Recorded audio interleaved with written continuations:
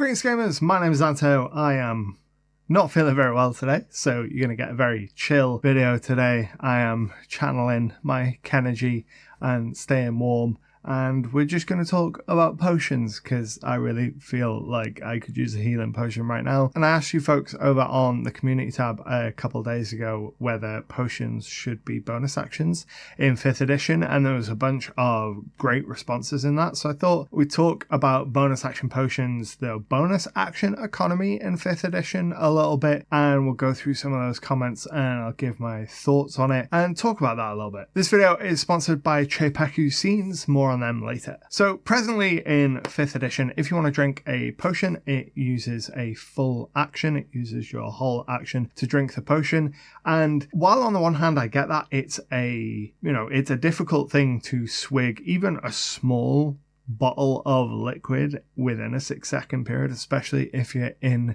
the middle of a combat. If you're taking it from a realism standpoint, I get that you wouldn't be able to drink any reasonable amount of liquid within 6 seconds. I get it, but we suspend our disbelief and we break the rules of physics and reality for like hundreds of other things in this game. So I really think that is the weakest argument for why potions should be full actions in 5th edition. I ran my entire 5th edition campaign with using potions as bonus actions, with a caveat of my players could use bonus action potions for potions they had on their belt. So they had 2 slots on their belt and they could use bonus actions to consume 2 potions that they had on their belt. And they could use those 2 potions as bonus actions.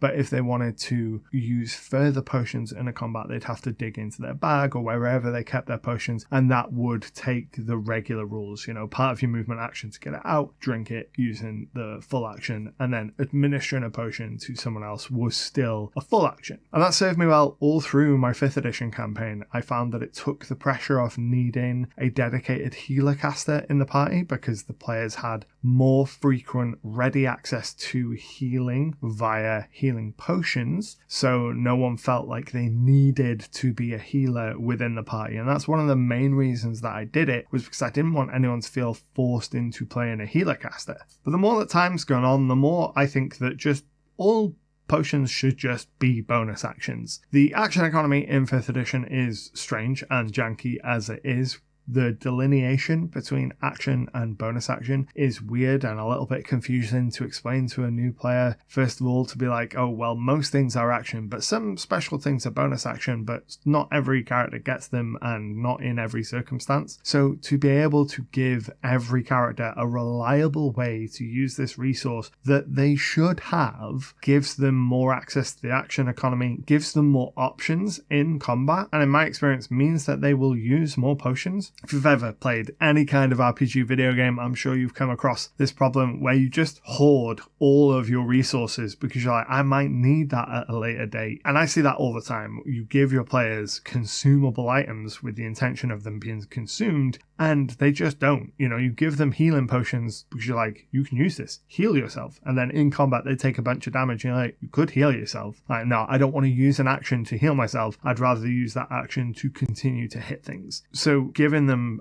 bonus action potions kind of solves that in my mind, so that they can say, right, I've used my action to do my attacking, I've moved around. If they don't have anything to use their bonus action for, if they're not a rogue or one of the classes that has bonus actions baked into their class features, they can just swig potions every single turn, and it just gives them something to use that action economy for. Now, I asked this last week on the community tab, should potions be bonus actions? And there were a whole bunch of comments, so we're going to go through some of them because I think some of you folks had some interesting things to say. I'm going to read through some of them and give my thoughts to them in this rather than replying to every one of them, because it feels more like I'm talking to y'all, and I'm just talking to y'all. So one comment was like, man, I'm still so torn on this. I really like the idea of it, but I find potions to be too strong if used as a bonus action. And this is a sentiment that I saw come up a lot in the conversation about bonus action potions. The idea that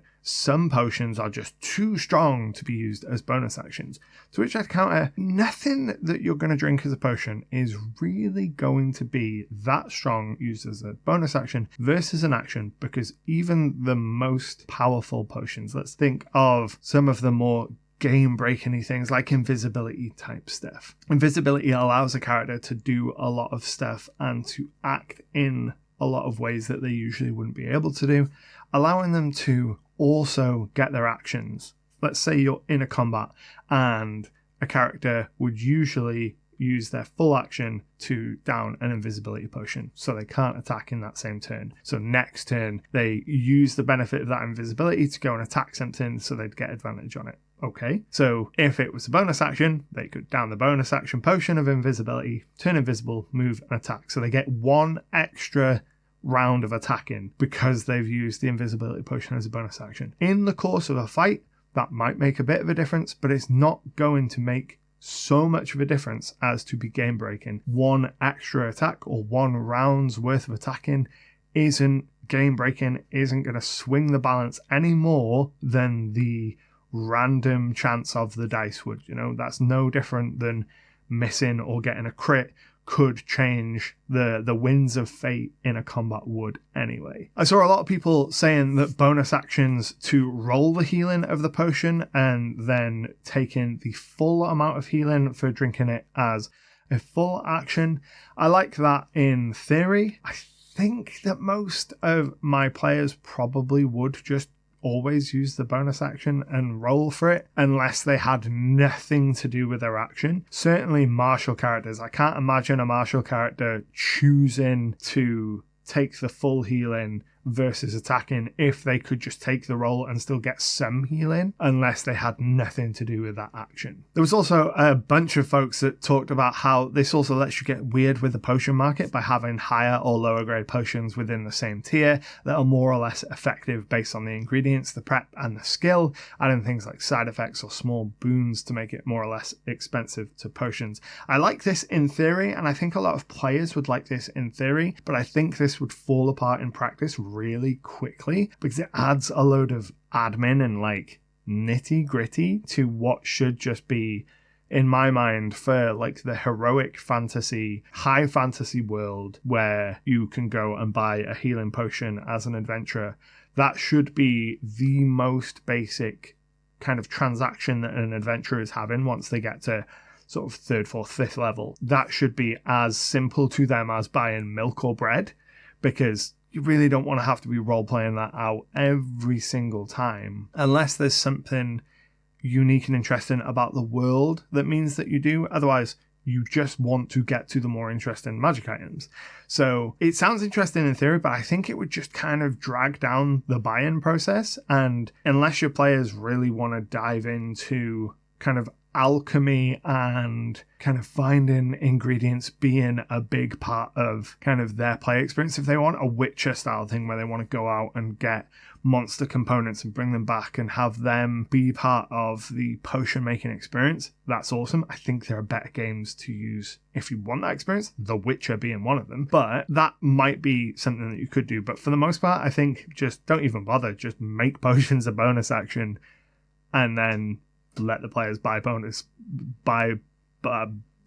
just let the players buy their healing potions. A bunch of folks were saying that before Baldur's Gate 3, they only ever did healing potions as bonus actions, or they never did any kind of potion as bonus actions because they perceived it as being too imbalanced. And then they played Baldur's Gate and realized that that's not true. And I completely agree. I'm really pleased that Baldur's Gate went down the road of bonus action potions. It makes what is quite a stifled action economy, especially in a video game setting. When I started playing Baldur's Gate 3, I really felt the lack of a 3 action economy because we'd been playing Pathfinder 2nd edition for 6, 7 months, 8 months. We've been playing Pathfinder 2e for a while by the time Baldur's Gate 3 came out. And so it had been a while since I'd had to interact with the 5e action economy. And man, I felt it when we first started playing. I was like, God, I wish I just had 3 actions. It's so dumb, especially at those early levels where you can only attack once.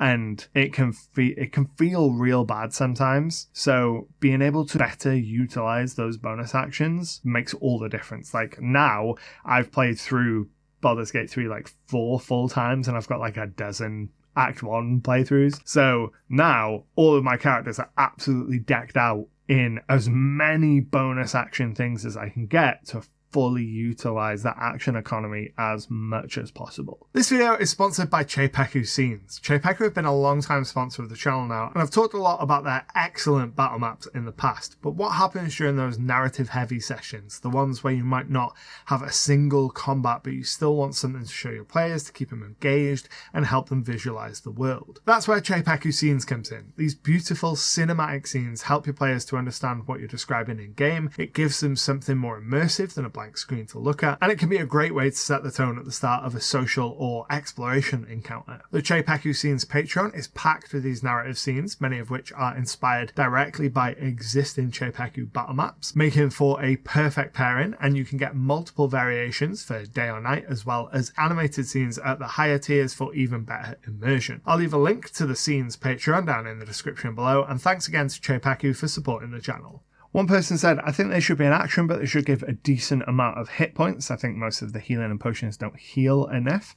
I think 5e should be more deadly, as it's already hard to down a character, but also compensate somewhat by buffing healing potions, and keeping potions as an action. And I think that is kind of part of it. It does feel bad when you have one of those lesser healing potions, one of those low-level healing potions, and you roll really poorly on it.